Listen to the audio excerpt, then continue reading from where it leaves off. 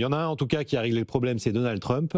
Lui, la crise environnementale, il s'en moque. Il veut plus de consommation. Il a critiqué à nouveau, évidemment, Jay Powell hier suite à la réunion de la Fed.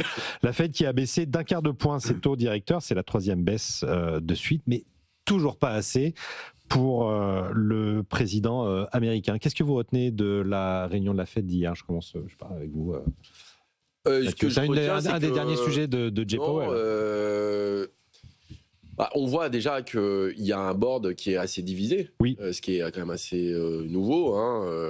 3 des 12 gouverneurs n'étaient pas d'accord pour baisser les taux. Voilà, je pense que cet effet-là va s'amplifier quand on voit les prévisions sur 2026. C'est que l'éclatement justement sur les opinions de ce qu'il faut faire est très très divisé. Donc c'est très difficile aujourd'hui d'anticiper ce que va faire en fait la Réserve fédérale américaine pour 2026.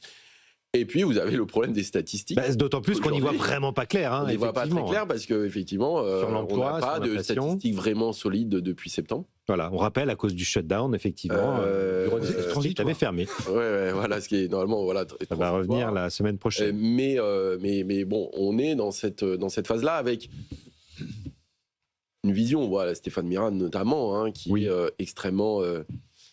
incisif sur cette idée de baisser beaucoup les taux, des pressions données, voilà. Donc, bon, la question, je pense que tant qu'il y a Powell qui est à la tête de la Réserve fédérale, on a quand même une forme de rassurance par rapport à la politique monétaire américaine. Il sécurise tout le monde, effectivement. Il sécurise tout le monde. C'est jusqu'au mois de mai. C'est qu'est-ce qui se passe après? Qui prend la suite? Gilbert Sette. Je pense que ce qui est déplacé dans le débat public à cet égard, c'est de créer une opposition factive entre ce que fait la Fed et ce que ne ferait pas la BCE. La BCE, absolument. Je rappelle que quand même, cette baisse amène les taux courts à 3,5. Oui. À 3,5 aux États-Unis, on est à 2. On est à 2 dans la zone euro. Donc nous sommes beaucoup plus bas. On dit l'inflation n'est pas la même. Rachète des émissions publiques, des Fed Funds à 10 ans. Oui, les taux d'intérêt sont à 4,1. Ils sont à 2,6 en Allemagne, à 3,4 chez nous. Vous voyez, on est quand même à des niveaux de taux d'intérêt sensiblement plus bas. Un niveau d'inflation aussi. C'est ce que j'allais vous dire. Sensiblement plus bas également. Non plus. Et alors, on comprend bien maintenant. Je veux dire, les difficultés en dehors de toute division, je suis d'accord avec ce qu'a dit Mathieu tout à l'heure, à l'intérieur du FOMC, en dehors de ces divisions, on comprend bien la difficulté. Il y a 2 objectifs, ce qui est une spécificité de la Fed, 2 objectifs de la politique monétaire, emploi d'un côté et inflation de l'autre, ce qui n'est pas le cas de la BCE, qui a comme seul objectif la stabilité des prix. Et quand il y a une évolution divergente ou des perspectives divergentes pour les deux, évidemment, il y a une difficulté de mise en œuvre de la politique monétaire. Du côté des prix, on est quand même à près de 3 aux États-Unis, on est bien au-dessus de la cible de 2. Savoir si le choc inflationniste des taxes est transitoire ou se transmettra au salaire, là, c'est quelque chose qui est encore trop tôt pour le dire. Et du côté de l'emploi, il y a manifestement un ralentissement assez marqué des créations d'emplois, malgré une croissance qu'on pourrait envier, évidemment, en Europe. Donc, il y a une situation difficile, malgré tout, pour la Fed, ce qui peut expliquer aussi une partie de la division, en dehors de l'explication purement politique qu'on peut en avoir. C'est plus simple, d'une certaine façon, quand on n'a qu'un objectif. Il n'y a pas de contradiction. Il n'y a pas la contradiction que connaît la Fed et son instance décisionnaire, le FOMC. Mais encore une fois, l'opposition Fed qui serait active et réactive, et puis BCE qui serait plus passive est complètement déplacée dans le contexte actuel. Encore une fois, nous sommes à 2% de taux d'intérêt. Bon, c'est peut-être plus simple aussi de ne pas avoir Donald Trump sur le dos en permanence pour Christine Lagarde, contrairement à Monsieur Powell. Philippe Renard. Absolument. Peut-être quelques remarques supplémentaires. Je pense que nous sommes dans le cadre un peu d'une décision normale et la question n'était pas est-ce qu'on va descendre à 3,50, 3,75, mais à quel moment on va descendre à 3,50, 3,75 et est-ce que la Fédérale Réserve, contrairement à sa tradition, acceptera de descendre à ce niveau-là dans le brouillard, parce qu'on est dans le brouillard, on n'a pas de données, on ne sait pas très bien ce qui se passe. Honnêtement, on peut avoir des mauvaises surprises en matière inflationniste.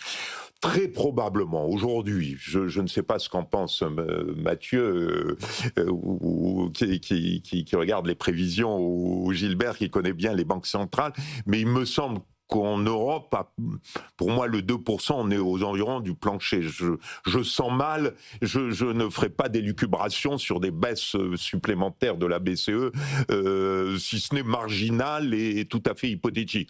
Et aux États-Unis, je crois qu'il y a encore une marge de baisse, parce que tout simplement, nous sommes à 3% d'inflation et pas à 2% d'inflation aux États-Unis. Donc l'inflation n'a pas encore baissé. Et qu'en plus, on a eu toute une incertitude. On n'a pas vu les 3%, le compte n'y est pas dans la répercussion des tarifs de Donald Trump. Oui, et pas pour encore. le moment, voilà, il semblerait que ce soit les entreprises américaines importatrices qui compressent leurs marges. Tout cela est naturellement à confirmer. Mais honnêtement, tout reste problématique, jusque et y compris, n'est-ce pas, d'une décision potentielle de la Cour suprême. Donc, quelque part, on est vraiment dans l'incertitude. Disons que si tout se passe bien, s'il n'y a pas de remontée du taux d'inflation, c'est-à-dire si au fond, Trump a eu raison, on peut augmenter les taux des tarifs, les taux douaniers, sans avoir de conséquences inflationnistes. Il a bénéficié à ce moment-là de circonstances exceptionnelles. On peut imaginer que nous irons vers 3%. Alors peut-être juste deux autres points que je voudrais mentionner, si m'autorisez. Très rapidement, je pense quand même que la Fédérale Réserve n'est pas si divisée que ça. Regardez bien, vous avez 9 personnes qui décident de baisser les taux. Honnêtement, je ne suis pas sûr qu'elles l'aient fait avec enthousiasme. Elles se sont dit, probablement, c'est une balance entre ce qu'il faudrait faire financièrement et des pressions politiques. Vous en avez 2 autres qui disent qu'il n'aurait pas fallu bouger, dont Hosbin, qui est quand même un bon économiste, très honnêtement, soyons. Et puis, vous avez un outlier qui s'appelle Stéphane Miran, qui a pondu un papier absolument extravagant en novembre 2024 et qui dit qu'il faut aller à 50 points de base. Bon, voilà. Donc, quelque part, moi, je verrais moins de division qu'on veut bien le dire. En revanche, pour moi, il y a une décision qui a été prise et qui est passée un peu sous silence. Nous sommes à la fin du quantitative tightening. Nous sommes à la fin, et au contraire, d'ailleurs, la Fédérale Réserve, achète 10 milliards, elle fait du quantitative easing. Or, nous n'avons absorbé que 20% du quantitative easing qui a été opéré depuis 2008. Ça veut dire que le quantitative easing est en train de s'installer vraiment dans la politique monétaire. Et ça va avoir des conséquences extrêmement importantes, y compris dans la gestion. Merci. Merci beaucoup à tous les trois. Mathieu Plane, Philippe Trainard et Gilbert Sette pour cette émission passionnante que vous pouvez retrouver en podcast et en replay sur l'application BFM Business.